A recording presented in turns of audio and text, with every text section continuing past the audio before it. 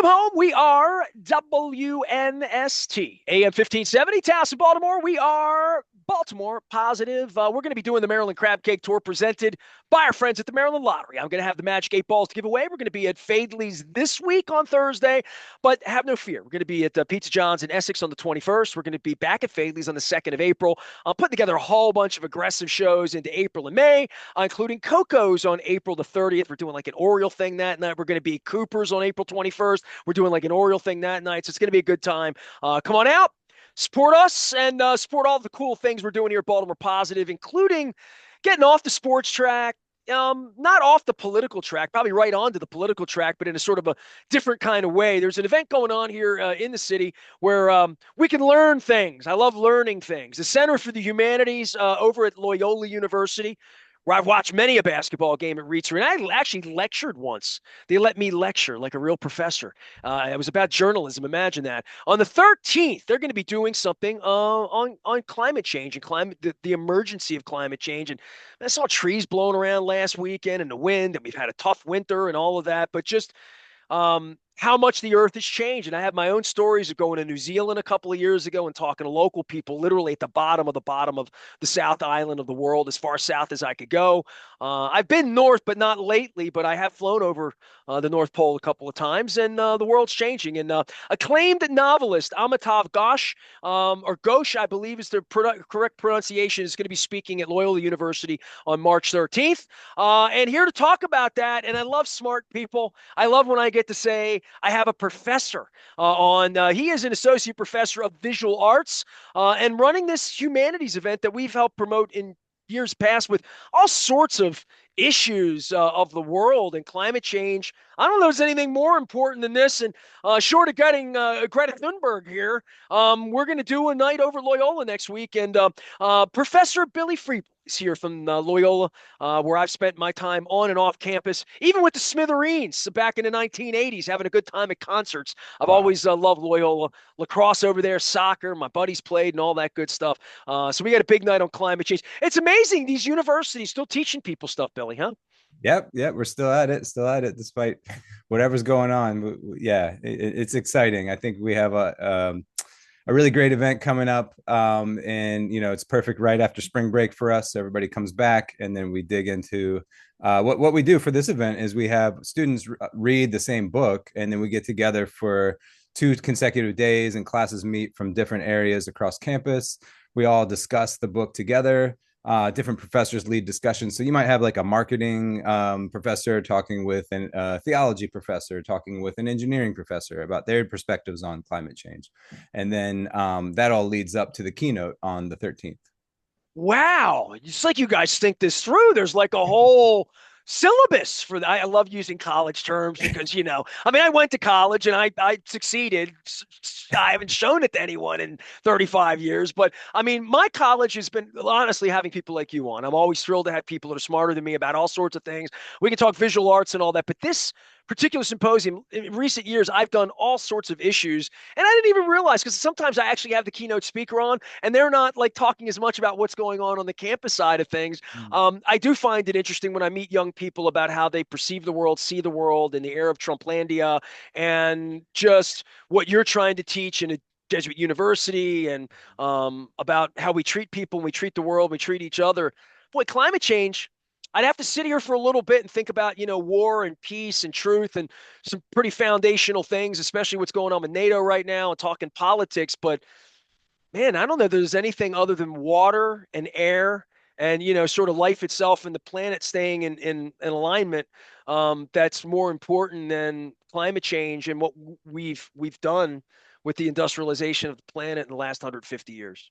For sure. And, I think when you talk like, when you say those things, it does kind of freeze your mind a little bit because you just feel so overwhelmed by, oh my gosh, like the whole world is affected and you have these visions of the apocalypse. And I think one of the great things about Amitav Ghosh's book is that he does present the facts, but unlike a lot of climate change books where you're just getting berated with facts and figures, he's really kind of breaking it down and talking about how does each discipline look at climate change and what role do we each have to play. So he's writing from the perspective of a novelist, and a fiction writer. He does these really like historically accurate fictional books. And so he's sort of asking the question, why do novels struggle so hard to deal with climate change?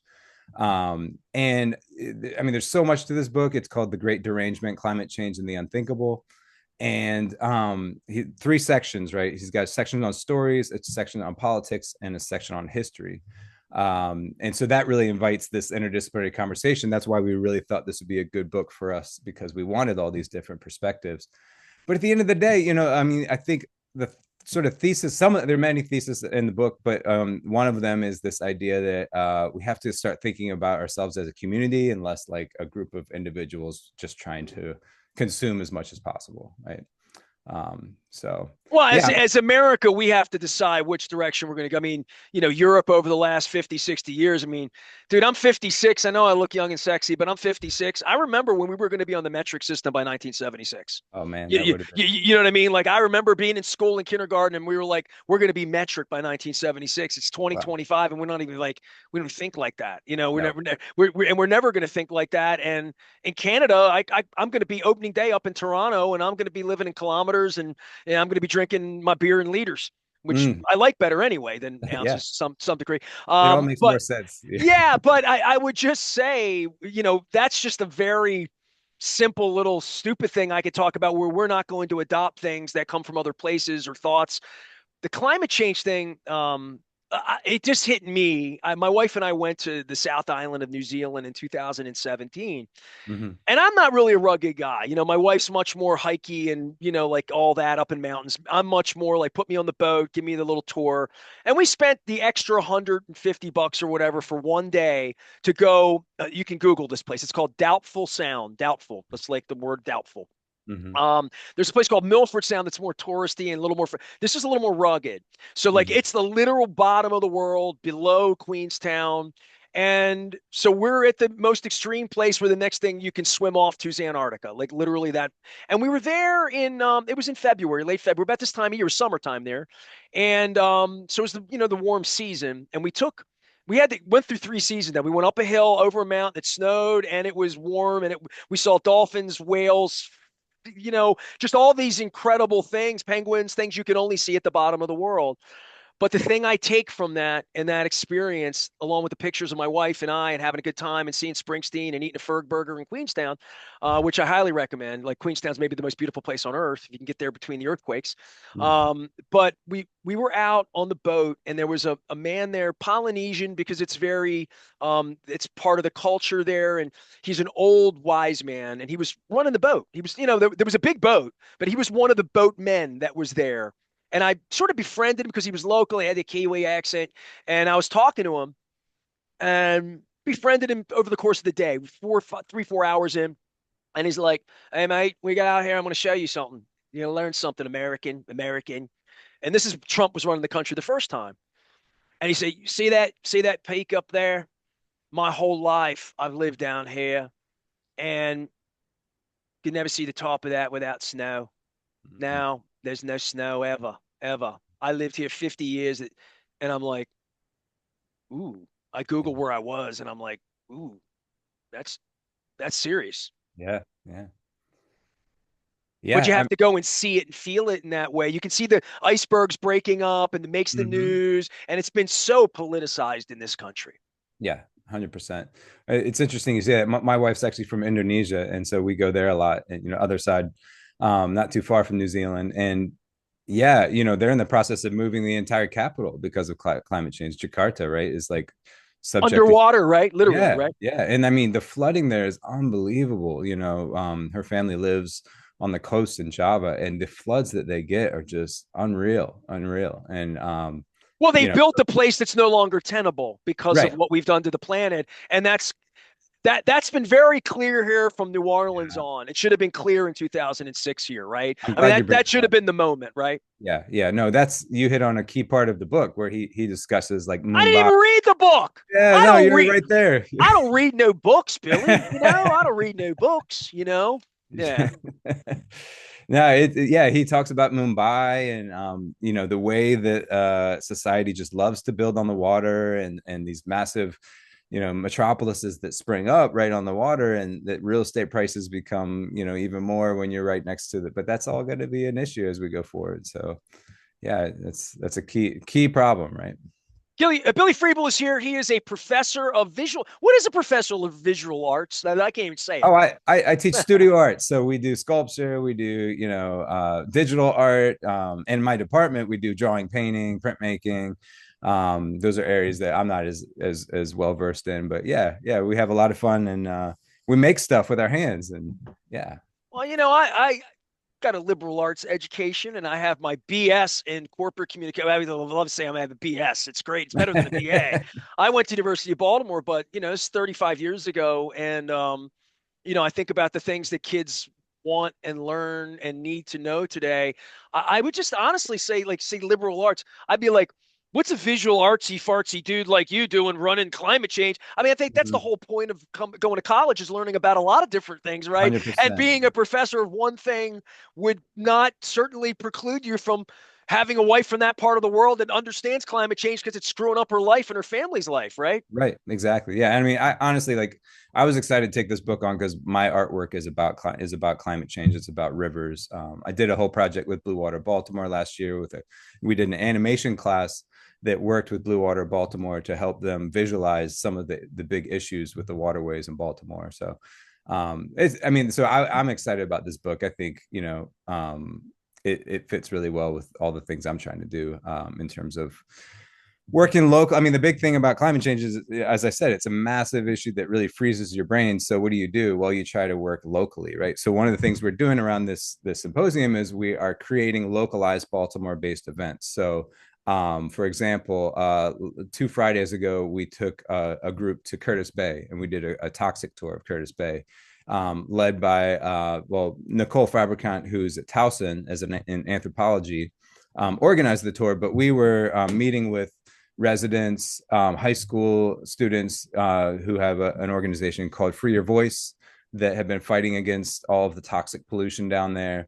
We got to see like a coal transfer pier that CSX allows coal to blow right off of the piles of coal into the communities. There's like really high rates of asthma. We got to see a I grew medical. up in Dundalk, dude. So my Okay. dad worked at Sparrows Point and died of asbestos. Oh, So dredging all of that, keeping yeah. keeping the nuclear plant out of there, getting like I've been doing this. That's why I stopped talking about sports exclusively because there's Right. just too many important things going on. And when I think about climate change, just here, Mm-hmm. with we have more, and I never knew this till I got old. Like literally, we have more waterway than any other state in the country Yeah. because of the tributaries we have here. And this crazy ass crab cake tour I've been doing that people think he's eating a lot of crab cakes. I've just covered the whole state in summers and seen how beautiful this state is and how many people fish and how important the waterways are and the crabbers on the eastern shore and the ladies they bring in from Latin America that can make crabs meat happen so we can keep crab meat down and get the bay Mm-hmm. right. And the oysters have to be right in the bay to oxygenate the bay to get and the water temperature needs to be ideal, which is a real Mm-hmm. problem as it warms up because the crabs cost more over cost us Yep. because we can't pull them out of the bay and we're over crabbing the bay.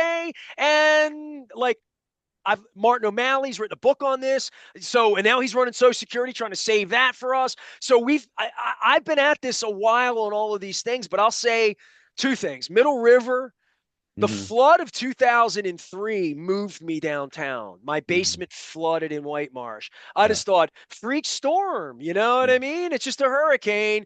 And then my dear friend, and I was wearing my State Fair shirt. I just took it off because I wore it all day yesterday in Catonsville. My friend Evan Brown, who's from Catonsville, had a beautiful restaurant called Portales in Old Town Ellicott City. It flooded once in a once a century or once a lifetime or what, and then a year and a half later he rebuilt it, flooded again. He Exactly. he took a Friendlies on Frederick Road in Catonsville where it's flat and Mm-hmm. has built a beautiful four restaurants, the basement, El Guapo, Beaumont. They sponsor us, Stay Fair, but those floods in Ellicott City Yeah. and the flood we all endured in Bowley's quarters and the places that flood every time there's a flood. Go over to Right. Mount Washington where the Whole Foods is, it's underwater, Smith Avenue, like all these places that flood every time there's a flood, every time there's a rainstorm. Mm-hmm. This isn't getting fixed, man. The Right. thing that needs to get fixed is our behavior Mm-hmm. and our politics. Yeah. And the more the more concrete and impervious surfaces we create, right, that water just turns into a chute and it just goes down in those neighborhoods. Like we have some flooding where I live. I'm closer down to DC, but I started looking around and realized that like there's also like a racial component to this, right? Like the lands that flood the most in DC, at least, were the lands that were sort of designated for freed slaves. So they said, you can have this land, but that's the land that's always going to get the worst of the flooding, right? So we also brought in this artist named Stacey Levy, who deals specifically with water, flooding, and pathways of water. She's this amazing public artist, and she builds sculptures and public artworks that also serve as like environmental improvement, sort of engineering aspects. So she actually met with our engineering department, and so she's doing a project on campus the week after the symposium where she's gonna plant like a spiral of native plants that circle a storm drain, right? So that's where all the water pours down into, and she's trying to create both like a pathway that you could walk, in a spiral and kind of have a moment of peace, but also to accentuate this like the spiraling of the drain, the water pouring down that drain. And to get us to think about, because there is Stony Run that runs right through campus, right?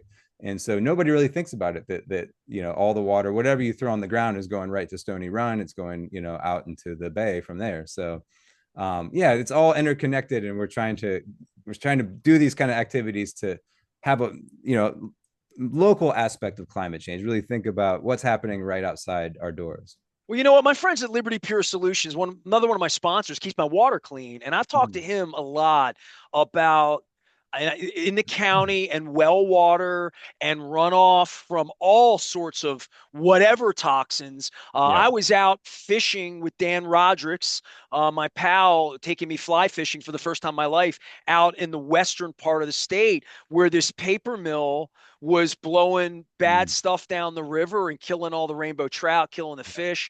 And I've thought what's in the water, like literally, and I've asked Liberty Pure, and I have a water filtration system in my home because what we're drinking is what's making up our life. And I can't, and my wife's a two-time leukemia survivor. She was a 9/11 first responder, and she Mm. went down there in September 13th and breathed in the air and had to fight for her life twice at Hopkins a Mm. dozen years ago. So these environmental issues that we don't know about, don't feel, lead paint in the city, just stuff that asbestos that we talk about the Willy Wonka suits coming in Yeah. and what's going on in the city for a long, long time on the racial divide of that.